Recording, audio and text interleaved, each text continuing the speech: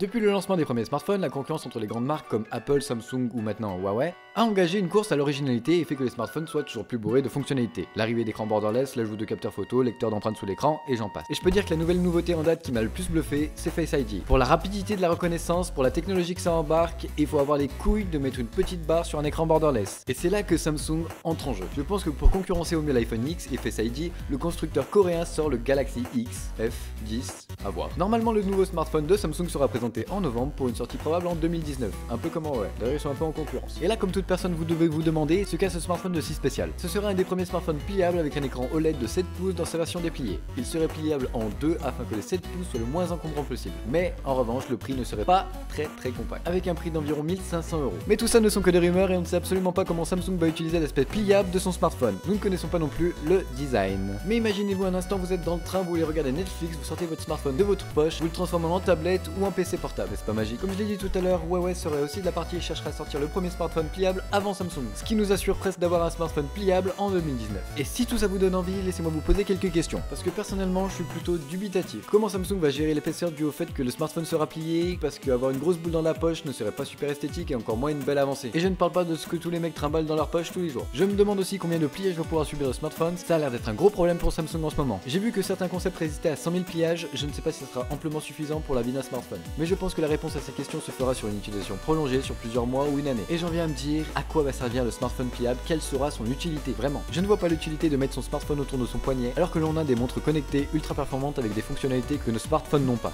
Est-ce que vous voyez tout le temps déplier votre smartphone comme les anciens téléphones à clapet? Après, si les applications suivent vraiment les fonctionnalités de l'écran pliable, ça peut être intéressant pour la partie gaming mobile, pour les livres numériques, même pour Netflix. Après, pour les livres numériques, je m'imagine bien faire le mouvement de tourner la page et qu'automatiquement le smartphone tourne la page. Ça serait vraiment génial. Ça dépendra vraiment des idées des constructeurs, mais pour moi pour l'instant ça serait qu'un gadget. Ça restera qu'un gadget assez inutile. Surtout qu'on aimerait que nos interactions avec nos smartphones soient de plus en plus rapides, un peu à l'image de Face ID lors de sa sortie où l'on comparait la vitesse de Touch ID à celle de Face ID. Un smartphone pliable ne serait qu'un ralentissement dans l'utilisation quotidienne. On en est qu'au balbutiement du smartphone pliable et j'ai hâte de voir les avancées qu'ils vont faire. Mais j'ai aussi hâte de voir dans quelques années si nos smartphones seront complètement pliables ou indestructibles, ou est-ce qu'on se tournera plus sur de la projection holographique comme semble déjà le faire l'entreprise Red avec son modèle Hydrogen One. En attendant, des entreprises innovent comme Royal qui a créé un écran ultra fin et souple. Cet écran est tellement fin qu'il s'envole comme une feuille de papier au vent. Comme le montre la sortie de ces smartphones pliables, cette concurrence amène les constructeurs à aller toujours plus haut, toujours plus loin et à nous amener toujours plus de nouveautés. Et c'est à ça que l'high-tech qui est vraiment passionnant. Mais plus important, j'aimerais savoir ce que vous en pensez. C'est tout pour cette vidéo, n'hésitez pas à débattre dans les commentaires, partagez, abonnez-vous et likez si ça vous a plu. Allez, ciao!